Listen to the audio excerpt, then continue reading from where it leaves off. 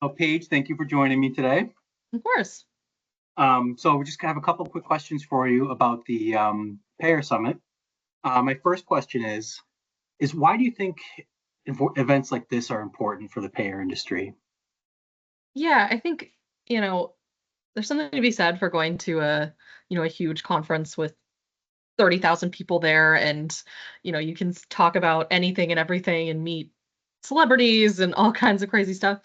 But, to get down to really like brass tacks and have a serious conversation about, the issues that are really affecting the industry, the business of the companies that we cover. I think it's really great to have, intimate events like this where you can really sit down one on one, dig in and, deep dive with kind of like-minded individuals about, these big topics. Yeah, I agree. I agree. And let me ask you this: you've been, helping me put the agenda together, talking to hmm speakers and everything. And we've got 2 days of great sessions and panels and discussions. So, what sessions are you most excited about as you sit there at home? Yeah, I think we have two really killer keynotes that I think are going to just kick off both days really strong with Glenn Tolman, who's the CEO of Transcarent. And he's obviously a well-known entrepreneur and just kind of voice in healthcare for many years. And then, former HHS Secretary Alex Azar kicks us off on the second day. And I think those are both really strong, just kind of anchors for the agenda to have, those two speakers really kind of hold the glue together, if you will.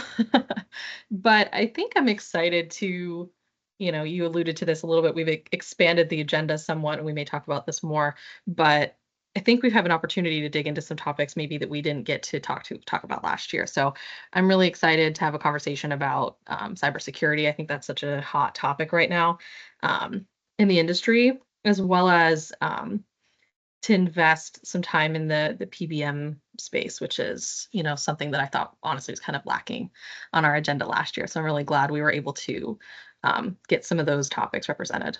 Yeah, yeah, we have some great speakers in that PBM session as well. hmm So that'll be great. That'll be great. I didn't realize Excellent. I just plugged my two sessions I'm moderating. So, that's It's all right. if that's one takeaway from our conversation, is you should go to the sessions that I'm at. I love it. I agree. I agree. All right. So final question. Um, Sure. it's great, Paige. So it's interesting. You did kind of allude to it as well in expanding the agenda. We made the decision to split into tracks. We're gonna have Mhm. two different tracks on the end of day on the afternoon portion of day one. So can you tell me a little bit about kind of why that decision was made, and tell me a little bit about both those tracks?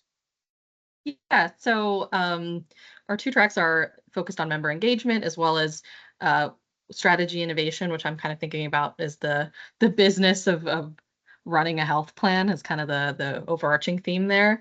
And I think again, having those tracks, like I kind of mentioned earlier, just as an opportunity to really poke at really big topics that are within a broad umbrella rather than having a single panel that's about member engagement. We're able to dig into, equity challenges around member engagement. We're going to be digging into, using digital tools and connecting with members that way. Within strategy and innovation, we can spend a lot of time looking at prior auth, which is like a huge issue both for payers and providers right now. So I think having those tracks, it really lets some of these, kind of 30,000-foot topics really come down to the ground level and let us have kind of really deep conversations about them. Great.